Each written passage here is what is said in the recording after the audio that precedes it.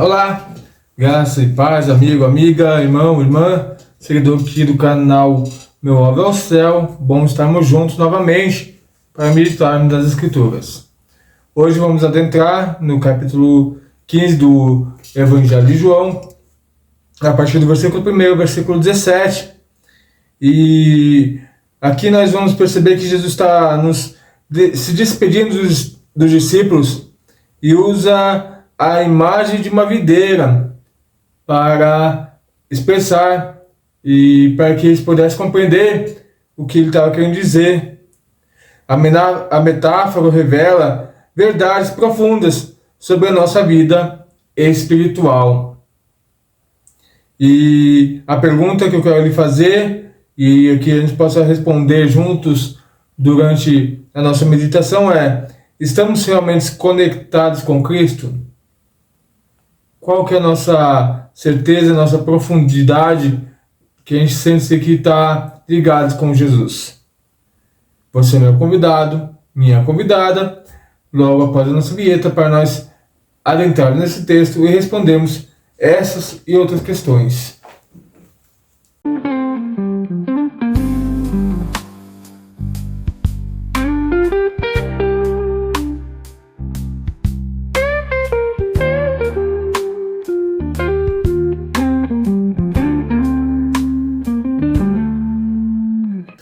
Diz assim o texto da nossa leitura de hoje: eu sou a videira verdadeira e meu pai é o agricultor.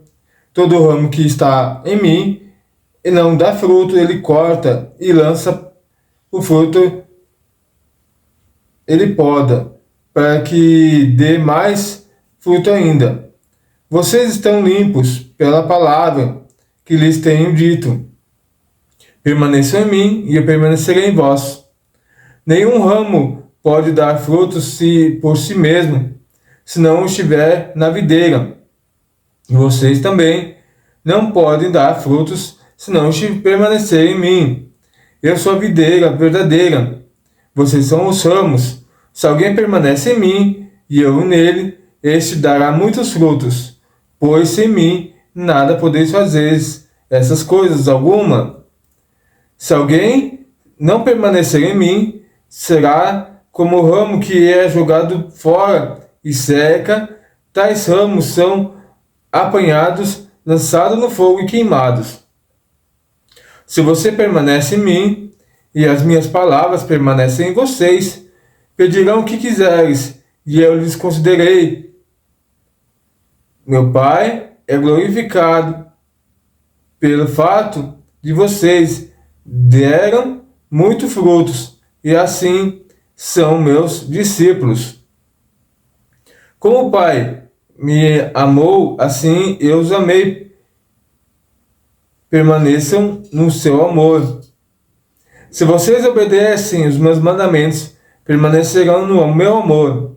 Assim como eu tenho obedecido os mandamentos do meu Pai, e o seu amor permaneço.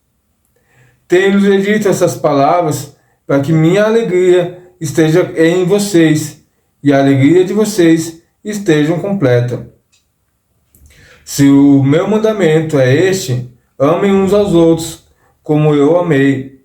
Ninguém tem maior amor do que este, dar sua vida pelos seus amigos. Vocês serão meus amigos se fizerem o que eu lhe ordeno. Já não vos chamo de servo, porque o servo não sabe o que faz o seu senhor. Em vez disso, eu tenho chamado de amigos, porque tudo que eu vi e meu Pai lhes tornei conhecido. Vocês não me escolheram, mas eu escolhi para que irem e derem frutos que permaneçam, a fim de que todo o que o Pai conceda e que lhe direm em meu nome, este é o meu mandamento: amem uns aos outros. Então nós vemos aqui que Jesus, falando da videira, começa falando sobre a parábola da videira, no versículo 1. E ele já se diz que ele é o próprio a videira verdadeira. Jesus é a fonte da vida espiritual. toda outra videira, religião, esforço próprio, tradições, são insuficientes. O Pai é o agricultor. Ele cuida, ele limpa e espera os frutos. Precisamos reconhecer que sem Jesus não há vida espiritual verdadeira. Então Jesus, mais uma vez, aqui nos direciona para reconhecermos que Ele é o pão da vida, Ele é o caminho, a verdade e a vida. Ele é o único que consegue nos reconectar com Deus Pai. Então nós precisamos de Jesus. Sem Jesus não há nada que possamos fazer. Jesus deixou bem claro que Ele é a videira e Deus o agricultor. O próprio Deus vem, cultiva, limpa a videira, os frutos os ramos que Ele vê que são fortes, que vão dar frutos, Ele dá uma podada, e os frutos que Ele vê que são mirrentos, que não vão dar frutos, Ele poda e lança ao fogo. No versículo 4 ao 6, o convite é para permanecer em Cristo. Permanecer é habitar, viver em comunhão constante. Conexões geram frutos. Separação traz esterilidade espiritual. É forte isso aqui, né? Conexões trazem frutos. Se eu estou ligado na videira, eu vou produzir, porque estou ligado na videira. E se eu estiver fora, eu me torno um galho estéril, um galho sem propósito, então sou lançado ao fogo. Frutos, caráter, Gálatas 5:22, obediência, amor e serviço. Precisamos examinar nossas conexões em Cristo. Está frutificando? Será que eu tenho sido obediente a Deus? Será que eu tenho sido amoroso ao ponto, como Jesus aqui nos relata, de querer dar vida ao próximo? Será que nós temos o coração disposto a servir a igreja, ao corpo de Cristo?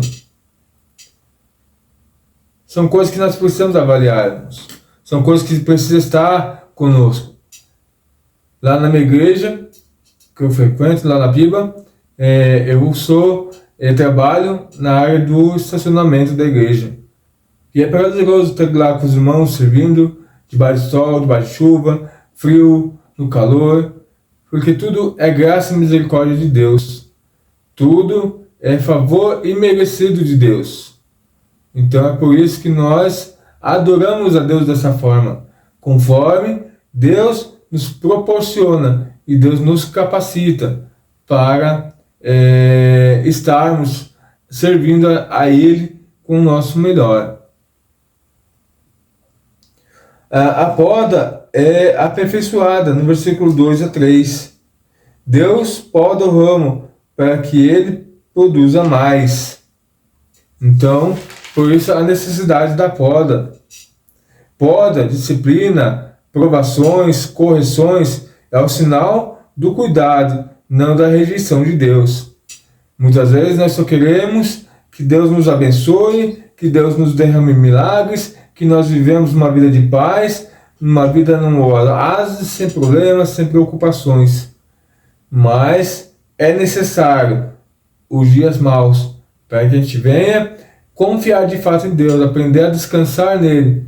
É necessário que venham os dias maus para que nós possamos demonstrar da nossa fé, da nossa graça, do nosso amor para com Deus. Em vez de reclamar da poda, precisamos aprender com ela. Então, muitas vezes nós olhamos o agricultor, nossa, que formosa aquela árvore, mas se ele não podar, ela uma hora vai morrer, vai parar de dar fruto. Então, como o agricultor conhece o seu cultivo, o seu plantio, ele sabe o momento da poda e qual tipo de poda fazer. Então, nós vemos que, a princípio, parece que a planta fica feia, mas quando ela volta a dar frutos, aqueles frutos belos, maravilhosos, nós nos rendemos e falamos, nossa, aquele homem é um excelente cuidador de plantas. No versículo 9 ao versículo 13, Jesus nos fala sobre o amor como mandamento. O amor de Cristo não é, por nós, é o modelo perfeito. O mandamento amar como Ele nos amou. O amor se manifesta em entrega, sacrifício e perdão. O amor se manifesta em entrega, sacrifício e perdão. Será que nós estamos dispostos a amar como Jesus nos amou? Será que nós estamos dispostos a seguir os passos do Mestre? Essa é a nossa avaliação. Por isso a pergunta no início da nossa introdução: estamos realmente conectados a Cristo? Estamos de fato experimentando a sua graça e misericórdia em toda a sua excelência? Nosso relacionamento com os irmãos revela nossa permanência em Cristo. Como nós lemos com nossos irmãos, aparece em nós da forma que nós e Deus é glorificado. E no último ponto nós vemos aqui no versículo 14, versículo 17, Jesus fala sobre servos e amigos. Jesus nos chama de amigos porque Ele compartilha da sua vontade. Os amigos obedecem por amor, não por obrigação. O fruto esperado, amor mútuo e vida transformada. Esse é o nosso desafio, olhando para esse texto. Amor mútuo e vida transformada. Não é fácil, porque hoje o mundo está cada vez mais egoísta. Dentro da própria igreja hoje é difícil você conhecer um crente verdadeiro e um crente que ainda pende um pouco para o mundo, mesmo estando há muito tempo na igreja, não deu liberdade ainda para Deus trabalhar. Sua relação com Jesus é de servo ou de amigo? Como você se relaciona com Jesus? É de servo ou de amigo? Você conta para Jesus todos os seus problemas? Ou você é aquele servo que no final do dia presta conta do que você fez, do que você trabalhou e depois ignora? Conclusão: o cristão que permanece em Jesus é frutífero, obediente e cheio de amor. Sem essa conexão, a vida espiritual seca. Nosso desafio é permanecer em Cristo, frutificar e glorificar a Deus. Nosso desafio é permanecer em Cristo, frutificar e glorificar a Deus. Então, que esse objetivo nós todos possamos alcançar. Que a gente não venha ficar estagnado, ou nós não venhamos ficar simplesmente admirando o vento, achando que quem olha o vento colhe alguma coisa. E a Bíblia fala: aquele que olha e semeia, quem olha o vento nada semeia. Então, nós precisamos da graça, da misericórdia de um Deus que é poderoso, Deus que é maravilhoso, para que nós possamos concluir nossa missão, que é frutificar e glorificar a Deus. Que Deus possa nos abençoar, que Deus possa falar aos nossos corações, que Deus possa nos dar o desejo de estarmos cada vez mais conectados com Ele, e que Ele possa nos abençoar com a sua rica graça e misericórdia. Deus vos abençoe, e a gente se encontra aqui no próximo vídeo para a honra e glória do nome de Jesus.